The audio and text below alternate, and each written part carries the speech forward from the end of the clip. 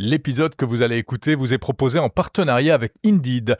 Indeed, c'est la plateforme de recrutement qui vous permet de vous rendre visible, de rencontrer des candidats et de recruter en un lieu unique. Si vous n'avez pas le temps de passer des heures sur plusieurs sites d'emploi à chercher des candidats, Indeed est un partenaire puissant qui peut vous aider à chaque étape. Indeed propose des outils de matching qui vous mettent en relation rapidement avec des candidats qualifiés.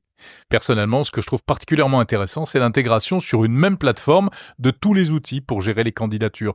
Messagerie sécurisée, visio, suivi des candidats, analyse des campagnes, etc. Alors, si ça vous intéresse, pour commencer à recruter dès maintenant, Indeed vous offre en partenariat avec Monde Numérique un crédit de 100 € pour sponsoriser votre offre d'emploi. Pour en profiter, c'est très simple, il suffit d'aller sur go.indeed.com/monde. go.indeed.com/monde. Les conditions générales s'appliquent. Monde Numérique. Le débrief transatlantique. Jérôme Colombin, salut. Bonjour Bruno Guglielminetti. Est-ce que Paris se porte bien aujourd'hui? Mais oui, Paris va bien, je suis ravi de te retrouver pour ce débrief transatlantique hebdomadaire. Ouais, grosse semaine pour toi, hein, parce que là, on se voit. Demain, c'est moi qui te visite, et puis en même temps, il y a François Sorel qui vient se rajouter plus tard. Eh oui, et on était ensemble, on était ensemble ce vendredi dans le grand débrief de Monde Numérique, tous les trois. Et c'est vrai que là, ça se télescope. Hein, c'est difficile on de se est partout. rater, hein? Ouais. C'est difficile de nous rater. D'ailleurs, ce qui va faire que il y a certains sujets qu'on ne traitera pas énormément, on va les mentionner, mais parce qu'on en parle dans la rencontre avec François, alors ça vaut la peine vraiment d'aller écouter cet épisode que tu nous proposes. Mais du coup, on parle pas de DeepSeek. Non, on n'en parle pas. De toute façon, c'est pas très important. Non. Est-ce que tu as vu des nouvelles là-dessus, toi, cette semaine? C'est quand même un peu un coup de tonnerre, hein, cette histoire de DeepSeek. Enfin, ça ébranle les colonnes du temple. Moi, c'est l'image que j'ai, là. C'est un tsunami sur l'industrie de l'IA aux États-Unis. Les gens vont devoir revoir leur façon de faire, et il y a des compagnies qui vont devoir expliquer des choses à leurs investisseurs. Ça, c'est certain. Ouais, exactement. Donc, toi, tu vois surtout l'aspect financier. Ça, c'est ton côté très nord-américain. Ben oui. Toi, tu vois la réglementation tout de suite. Là. Oui, moi, je vois qu'est-ce qu'on pourrait faire comme réglementation pour régler ce problème. Non, mais c'est vrai que le sujet est super intéressant. Alors, tu en parles dans ton carnet. Moi, j'en parle aussi juste après notre conversation dans Monde Numérique avec Luc Julia, que j'ai le plaisir d'accueillir, et ce sera désormais le cas tous les mois. Et donc, on revient sur cette actu DeepSeek. Il y a beaucoup de choses à en dire.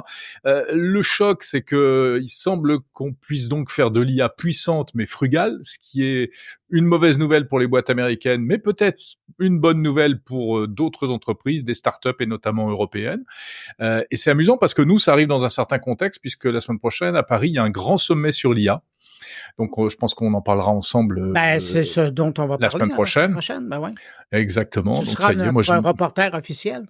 Bah écoute, j'essayerai, ça y est, je me suis accrédité, donc je vais y aller. Enfin, j'ai pas encore eu la réponse, hein, donc je sais pas trop, on va voir. Et puis non, c'est quand même pas mal. Mais sur ce DeepSeek, malgré tout, on parle de réglementation. T'as vu qu'il est déjà interdit en partie en Europe? Oui, c'est l'Italie qui a décidé de ne pas donner accès. Mais souviens-toi que quand ChatGPT est sorti, ça a été interdit aussi au début. Hein?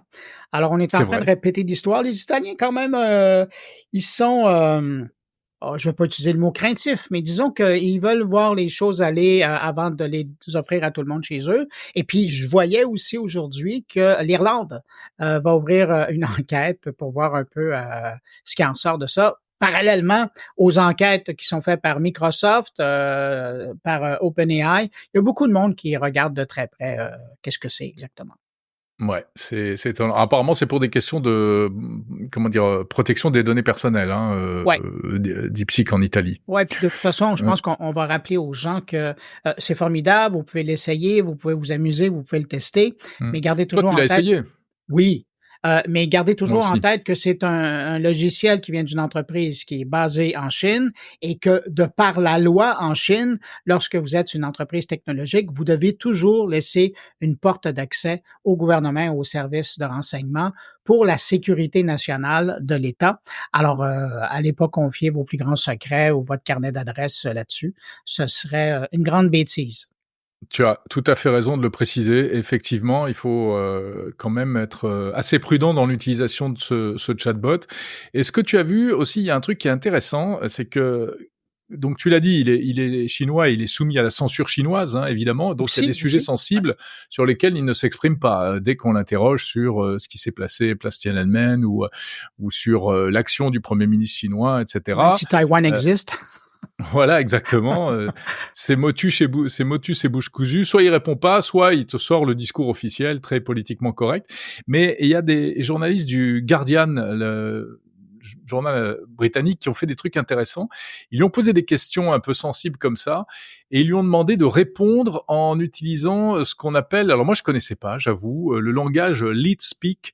Et c'est-à-dire, c'est ce truc de geek qui consiste, enfin je connaissais l'existence, je ne savais pas que ça s'appelait comme ça, qui consiste à remplacer certaines lettres par des chiffres. Genre, tu remplaces le A par un 4, le E par un 3, etc.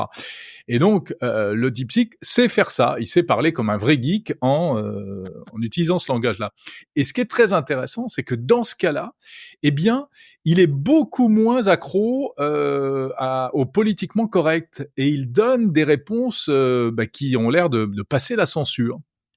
Quand Donc même. c'est étonnant. Ouais, ouais, Ouais. ouais, ouais. Donc c'est un ami qui m'a fait remarquer ce truc-là et il a vraiment bien vu, ce qui laisse entendre que eh bien finalement c'est pas tellement et ça s'explique parce que ce sont vraiment les réponses de DeepSeek qui sont censurées, Ouais. mais pas les modèles de base, pas les modèles d'entraînement. C'est-à-dire qu'il a visiblement été entraîné avec des Des données données sans occidentales filtre. aussi, ouais. Ouais, Et c'est pour ça qu'on n'a pas la même expérience si on le télécharge et on l'installe sur un appareil localement que si on ouais. l'utilise en ligne. Parce que le processus entre guillemets, de censure, là, est pas du tout le même. Et ça, je l'ai vu, puis même, mais ça, je vais arrêter d'en parler parce qu'on en parle dans ton autre rendez-vous, puis je veux pas qu'on se répète. Mais ça vaut vraiment la peine. Allez faire un tour. DeepSeek, faites Ah une ouais, il faut recherche sur l'essayer. Google, et puis que vous passiez par Perplexity ou que vous passiez directement à essayer l'agent, l'IA, ça vaut vraiment la peine d'essayer. Tout Voilà. à fait. Bon, Bruno, écoute, j'allais dire, on n'a pas parlé d'Elon Musk, là, c'est bizarre. Ça fait 5 minutes qu'on discute et on n'a pas Bon, parlé j'allais dire, d'Elon. est-ce qu'on peut pas en parler, mais on peut pas, hein? Eh oui. Alors, il a entamé un truc qui risque encore de faire un peu de bruit, qui est pas forcément polémique, hein, mais je pense que ça t'a pas échappé. Il est en train, visiblement, de mettre en place de transformer X en super app comme il a toujours dit qu'il allait le faire, puisqu'il a Ouais. signé un partenariat avec Visa qui va permettre de faire des paiements sur X et de s'envoyer de l'argent d'utilisateur à utilisateur. C'est quand Ouais. même pas rien, ça. Et ça, c'est intéressant, mais j'ai hâte de voir dans les faits parce que ça, c'est l'annonce qui est sortie. Mais tu te souviendras que pendant 2024, il annonçait de temps en temps sur son compte, sur X, qu'il avait fait des ententes avec tel État, tel État, tel État, tel État. Et il va vraiment par État aux États-Unis. Et j'ai hâte de voir si l'entente avec Visa permettra de dépasser les États et même permettra à l'international de pouvoir utiliser X comme outil financier, mais Ouais. la bataille n'est pas gagnée pour lui, hein, parce qu'il Mm. manque de confiance. Moi, je sais que quand j'ai publié l'information, tu aurais dû lire tous les commentaires, pas sur X, mais sur les autres plateformes, tu aurais dû lire les commentaires en dessous. Et il n'y a pas grand monde qui lui font confiance pour mettre leur numéro de carte de crédit. Ouais, ouais, mais enfin bon, si c'est Visa, c'est pas lui. C'est comme, euh, ouais. Mais ça Bon, de passe toute quand façon, même à travers son système. Non, mais une grosse défiance vis-à-vis d'Elon Musk actuellement, hein, ce qui peut se comprendre. Voilà, Ah oui?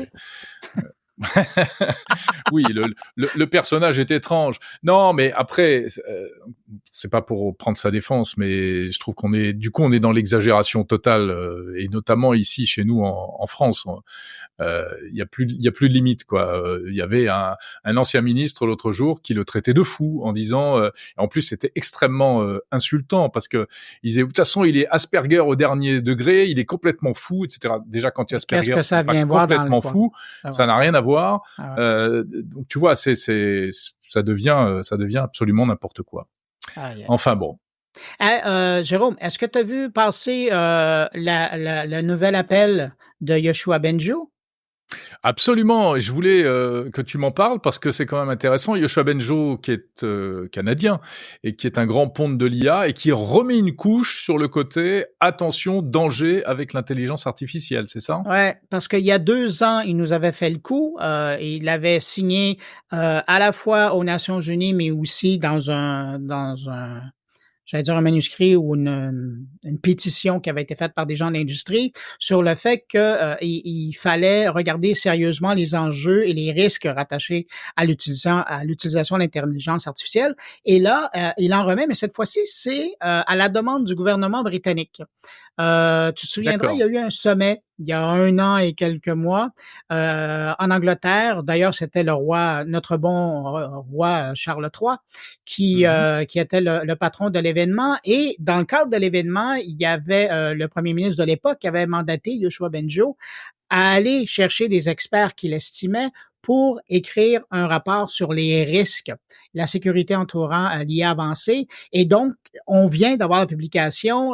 C'est 96 experts venant de 30 pays différents qui ont collaboré à l'œuvre. Yoshua Bengio en a assuré la direction. Et finalement, on en arrive avec... puis il faut le faire là, parce que c'est des centaines de pages, ce document-là. Et quand on arrive à extirper l'essentiel, on voit finalement qu'il y a 3 risques qui sont... Et on Mmh. ramène ça dans 3 catégories. Il y a Maintenant, ça l'usage... devient très concret. Oui, oui, oui, parce que là, il y a l'usage malveillant de l'intelligence artificielle qu'on peut exploiter dans des cyberattaques, la création de contenus trompeurs. Bon, puis là, pensons aux deepfakes, mais aussi à la désinformation. De l'autre côté, il y a les dysfonctionnements de l'IA en tant que tel, qui peut présenter des biais. D'ailleurs, on en parle dans ton émission vendredi. Et puis aussi, il y a ce risque systémique, euh, l'adoption de l'IA qui pourrait perturber le marché du travail, soulever des préoccupations en matière de vie privée si c'est mal encadré.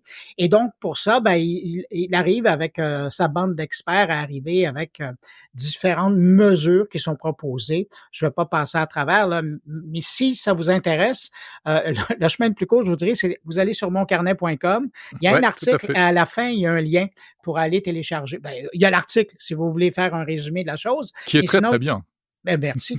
Mais il y a un lien vers l'enquête, le rapport, pardon, et puis ça vous permettra de voir les grandes lignes. Mais je pense que c'est rafraîchissant et réaliste à ce moment-ci, surtout avec Mmh. l'actualité des derniers jours, de nous ramener sur c'est beau, ça va bien, c'est formidable, mais attention, il y a toujours des risques à utiliser l'IA si c'est mal utilisé et si son utilisation n'est pas contextualisée.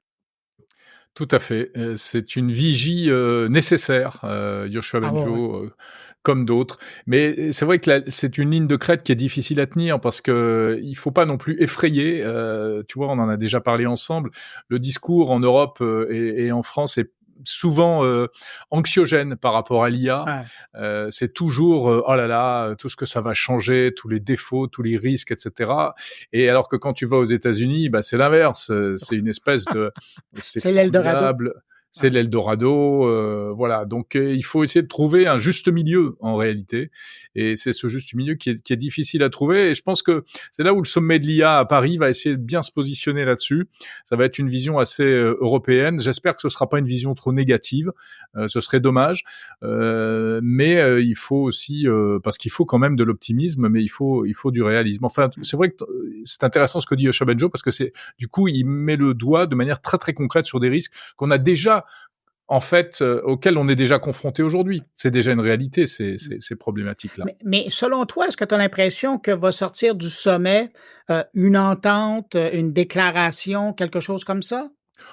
Écoute, je ne sais pas, je pense qu'il y aura volonté de Parce marquer le que je sais que coup. tu as Il faut tes pas. entrées à l'Élysée, là. Ouais, bien sûr. Je pense qu'il y aura des annonces d'Emmanuel Macron, mais les annonces, il faut qu'elles soient européennes aujourd'hui. Moi, je me raccroche plus tu vois, à ce qu'a pu déclarer récemment la présidente de la Commission européenne, Ursula von der Leyen, qui essaye de fixer un cap, qui s'appuie sur le rapport Draghi, qui est on en a parlé dans le grand débrief tous les trois avec François Sorel. Je pense qu'il faut que ce soit notre boussole, ce rapport Draghi, sur plein de points, et notamment sur l'intelligence artificielle. Donc, je sais pas trop ce qui va en ressortir. Il faut pas oublier que c'est aussi, politiquement, la France essaye de reprendre l'avantage parce que le premier sommet de ce genre-là avait eu lieu en Grande-Bretagne et ils avaient marqué des points, les Anglais, avec ce truc-là. Ils étaient les premiers à faire un grand sommet. Bon, voilà. Après, il y aura beaucoup de déclarations d'intention et puis des initiatives à droite à gauche. Moi, je n'arrête pas de recevoir des sollicitations pour des tas d'événements périphériques, d'entreprises, de groupements d'entreprises, etc. Chacun veut apporter sa pierre à l'édifice. Bon, c'est pas plus mal. On verra ce qu'il en ressortira. On en reparlera la semaine prochaine, mon cher Bruno. Ah, ben, j'ai bien hâte. Sinon, malgré toutes tes activités et toutes les fois où on va se croiser, tu as quand même pour tes auditeurs une programmation et une sélection de rencontres que tu vas leur présenter dans le cadre de Mon Numérique. Qu'est-ce que c'est? Et oui, cette semaine dans Monde Numérique, très brièvement, écoute, je suis assez content. Tout d'abord, je reçois Luc Julia, je l'ai dit. Mais là, tu es en train de te répéter, là. Ben oui. Je me répète complètement, voilà. Bon, je sais que tu es fier de l'avoir, puis tu as raison d'être fier. Et puis, c'est pas tout. Je reçois également Luc Julia. Julien Villeray et aussi Luc Julia. On va parler d'IA. On va parler aussi de biodiversité avec Julien Villeray d'EDF, avec une initiative assez intéressante. Et puis, je reçois des Français qui lancent un truc, c'est pas qu'ils le lancent parce que c'est très ancien, mais ils sont pas connus et c'est normal qu'ils soient pas connus. Ça s'appelle Frogans. Je t'invite à écouter, vraiment, je vous invite à écouter parce que ils ont l'ambition de créer une nouvelle manière de diffuser de l'information sur Internet qui ne soit pas le web, qui ne soit pas le mail, c'est encore autre chose. C'est une sorte de web bis, très graphique avec des tas de possibilités et ils s'attaquent vraiment au fondement d'Internet. Ça repose c'est un protocole de communication, en fait, qui exploite vraiment les caractéristiques réseau d'Internet. C'est un peu compliqué dit comme ça, il faut écouter, ça vaut vraiment le coup. Voilà. Puis Bruno, aussi, je pense que tu l'oubliais, tu as Luc Julia qui est avec toi. Tu te moques de moi, là? Non, pas du tout. Non, je suis content de savoir qu'on va le retrouver de temps en temps chez vous. C'est une bonne nouvelle. T'as raison, mais je radote un peu, c'est l'âge. Ouais. Bruno! Non, mais c'est aussi Luc Julia, quand même. Bruno, qu'est-ce qui se passe dans ton carnet cette semaine? Dans mon carnet, écoute, je te parle de 3 sujets qui vont peut-être intéresser tes auditeurs. Je parle avec une des auteurs d'un nouveau livre qui sort en France qui s'appelle Révolution IA. C'est intéressant. Dans le cas de mon invitée, elle est mathématicienne. Elle passe sa vie entre la France et les États-Unis. Et justement, on parle avec elle de cette vision de l'IA qui est totalement différente entre les deux continents.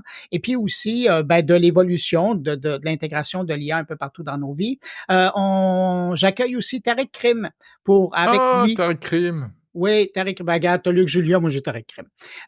Et on se partage. Et puis avec lui, évidemment, je ne pouvais pas parler d'autre chose, DeepSeek, question de voir comment lui perçoit cette arrivée, comment ça va chambouler l'industrie. Et puis aussi, c'est pas rien, dans 2 semaines au Canada, c'est les Canadian Game Award. Hein? Wow! Qu'est-ce que c'est que ça? C'est les grands prix du jeu vidéo. Tu sais qu'au Canada, il y a toute l'industrie du jeu vidéo. Hein? Bien sûr. Je pense que, de mémoire, là, c'est 5% du PIB du Canada qui vient de l'industrie du jeu vidéo. Ah ouais. C'est une grosse industrie. C'est des dizaines et des dizaines et des dizaines de milliers de gens qui travaillent à la grandeur Au Québec, il y a beaucoup de monde, mais à Toronto, à Vancouver, à Edmonton. Donc, tout ce beau monde-là se retrouve à Toronto. Et puis, j'ai en entrevue Carl-Edwin Michel, qui est le producteur exécutif de cette grande soirée de gala. Et ce qui est intéressant, puis ça, je trouve ça va peut-être donner des idées à des Français qui nous écoutent.